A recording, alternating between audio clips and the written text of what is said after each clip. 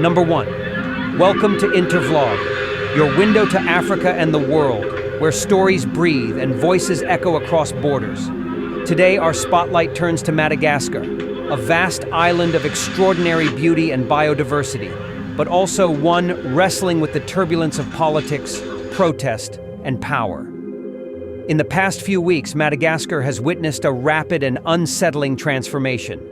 What began as youth-led demonstrations over daily struggles, power cuts, water shortages, and frustration with governance has now evolved into one of the island's most critical political standoffs in over a decade. For a country with a long and complicated history of coups, popular uprisings, and fragile transitions, the events now unfolding have revived memories many hoped were buried in the past. When a pot boils too long without being watched, it overflows. Not because the water is angry, but because no one listened to the sound of its rising steam. That is the sound echoing across Madagascar today. On September 25th, young citizens, mostly from what they now call the Gen Z Madagascar movement, took to the streets of Antananarivo, the capital. Their grievances seemed simple at first: power outages, water shortages, and what they described as a government too distant from people's daily realities. But beneath these frustrations lay deeper wounds: economic stagnation, inequality, and political fatigue. Madagascar, home to about 31 million people, has struggled with poverty rates among the highest in the world. In many homes, lights flicker inconsistently. In rural communities, wells dry faster than promises. And when hope fades, anger finds its way to the streets. Within days, the youth protests swelled. Thousands gathered, waving flags, chanting for accountability, calling for reforms, and demanding that the government listen. At first, the protests were peaceful, vibrant, energetic, even hopeful. But as numbers grew, tension followed. Police deployed stun grenades and tear gas. Crowds scattered but regrouped. The cycle repeated. And in that tension, something historic was about to happen. Saturday arrived like a storm. From the Soanyarana district on the outskirts of the capital, soldiers from a unit known as CAPSAT, officially the Administrative and Technical Support Corps of the Army, began moving toward Antananarivo. Their arrival changed everything. Thousands of demonstrators cheered as the uniformed men rolled into the city in army vehicles. They were not there to suppress. They came to stand beside the people. Some waved the Malagasy flag. Others shouted, "Thank you," to the soldiers, overwhelmed by disbelief. The CAPSAT officers, led by Colonel Rajoelina, declared that they were taking control of the country's security forces, urging fellow security personnel to refuse orders to shoot against civilians. Their message was clear: they would no longer be instruments of suppression. When the shepherd joins the flock, the wolves grow uncertain, for even they cannot tell who guards and who follows. The symbolism was powerful. Soldiers joining civilians blurred the lines between authority and rebellion. What had been a civil protest was now tilting towards something larger, a direct challenge to the structure of power itself. Within hours, President Andry Rajoelina appeared before the nation. He denounced the development as an attempt to seize power illegally and by force. He called for calm, for dialogue, for unity. He urged all sides to uphold the Constitution, warning that chaos benefits no one. In his statement, he said, "Dialogue is the only way forward and the only solution to the crisis currently facing the country." But for many in the streets, those words felt distant, an echo too late, spoken after weeks of being unheard. The president, facing mounting pressure, took a drastic step on September 30th. He dismissed his government and appointed an army general as prime minister. It was a calculated move, meant to calm tempers, to show a willingness to reform. But the strategy did not work. The demonstrations continued. The chants grew louder. The crowds multiplied. The CAPSAT unit, once a technical support corps, had become a central actor in what analysts began calling a mutiny in motion. Then, another surprise. On Sunday, the Minister of Armed Forces, Manansoa de Ramasinjaka Rakotoarivelo, attended a ceremony at Army headquarters. There, he recognized General Demosthenes Pikulas, the officer chosen by the mutinying CAPSAT contingent, as the new chief of the army staff. "I give him my blessing," the minister declared. That blessing was not just symbolic. It represented an extraordinary shift. By recognizing Paculas, the government seemed to acknowledge, at least partly, the authority of those who had sided with the protesters.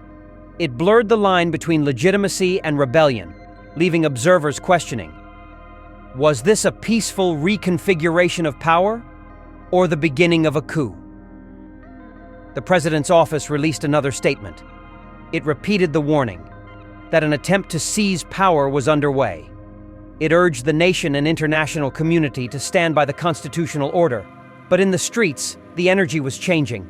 Colonel Antananarivo, addressing crowds from an armored vehicle, declared that President Rajoelina, the newly appointed prime minister, the minister of the gendarmerie, and the commander of the gendarmerie must leave power.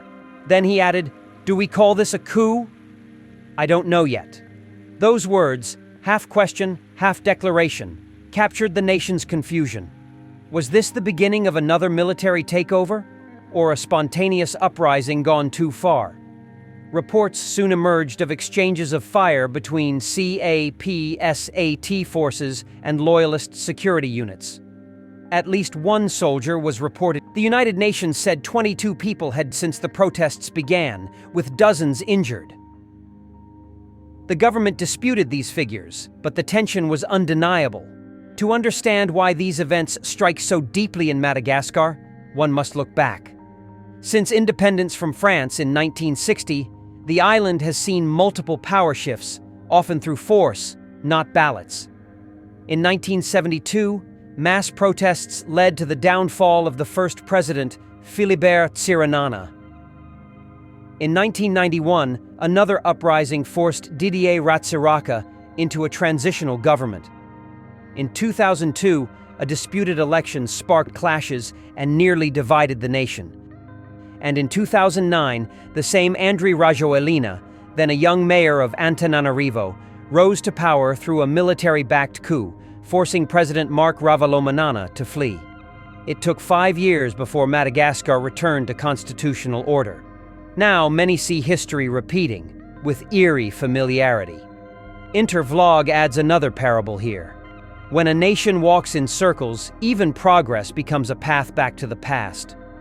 That circle seems to haunt Madagascar, a recurring rhythm of hope, disillusionment, uprising, and uncertainty. As news of the mutiny spread, international observers reacted cautiously. The United Nations called for restraint. The African Union urged dialogue and warned against any unconstitutional change of power. France, the island's former colonial power, released no immediate statement on the political crisis. But Air France announced the suspension of its flights between Paris and Antananarivo from October 11th to 13th, citing security concerns. Operations will remain subject to daily assessment, the airline said, monitoring developments closely with Malagasy authorities. Analysts warned that the defection of CAPSAT and the endorsement of a new army chief could deepen divisions within the military, a dangerous scenario for a country already strained by economic hardship and regional instability. As of now, Madagascar stands at a crossroads. The president insists he remains in the country and has not fled, though his exact location was unclear at times. His government continues to claim constitutional legitimacy. Meanwhile, the protesters, many of them young, educated, and digitally connected, vow not to back down until tangible change is achieved. They are not just demanding leadership change, they are calling for a reimagined Madagascar, one with functioning services, fairness, and opportunity. The CAPSAT soldiers' involvement complicates this vision. Some citizens view them as heroes who refuse to fire on their own people. Others see them as disruptors risking national stability. The truth, perhaps, lies somewhere in between. Beyond the headlines are ordinary people caught in uncertainty. Vendors in Anilakli Market whisper about tomorrow's protests. Mothers keep children indoors as clouds of tear gas fade over the skyline. Taxi drivers debate politics at street corners, half hopeful, half afraid. For them, democracy is not an abstract word. It is whether the hospital functions, whether electricity flows, whether tomorrow will bring food or fire. Intervlog says again, in parable, when the roof leaks, the argument about who owns the house means little to those who sleep under it. That is the essence of Madagascar's struggle today, a population yearning not just for leadership, but for stability, dignity, and direction. The situation remains fluid. No large-scale violence has been reported since the weekend, but the potential for escalation remains high. Analysts suggest that if dialogue fails, the country could slide into yet another period of prolonged instability, something it cannot afford. The world watches. Regional partners from the African Union to SADC and the Indian Ocean Commission have begun behind-the-scenes consultations to encourage negotiation and prevent a complete breakdown of order. But for dialogue to succeed, trust must return, a rare currency in Madagascar's political market. Through all this, Intervlog reminds viewers of one truth. Nations, like people, are defined not by how they fall, but how they rise. Madagascar's people have shown resilience before. They have rebuilt through cyclones, economic shocks, and past political crises. This moment, too, could become a turning point, a chance to redefine what governance means, what unity demands, and what justice requires. When a tree bends in the storm, it learns the direction of the wind, and when the storm passes, the same tree grows stronger. Not because it won, but because it endured. That endurance is Madagascar's silent strength. The protests that began on September 25th have evolved into a national reckoning. From youth frustration to military defection, from official denials to cautious international responses, every piece forms part of a larger mosaic of a nation questioning itself. As of now, there is no confirmed coup, no official power transition, and no definitive end to the standoff. What remains is uncertainty, and the echo of a people's voice demanding to be heard. For Madagascar, the path ahead will require wisdom from all sides, from leaders who must listen, from soldiers who must restrain, and from citizens who must remember that the goal is not victory, but peace. This is Intervlog. Our eyes remain open. Our voice remains neutral. Because when the winds of change blow, some build walls, but others build windmills. May Madagascar find its windmill. Thank you for watching. Stay tuned, stay informed, and remember, Africa's stories belong not to power, but to the people who live them. This is the end of our program today. See you on Intervlog, same time tomorrow. Thanks for watching. Please like and subscribe to my channel and press the bell icon to get new video updates. Thank you for watching Intervlog. Thank you.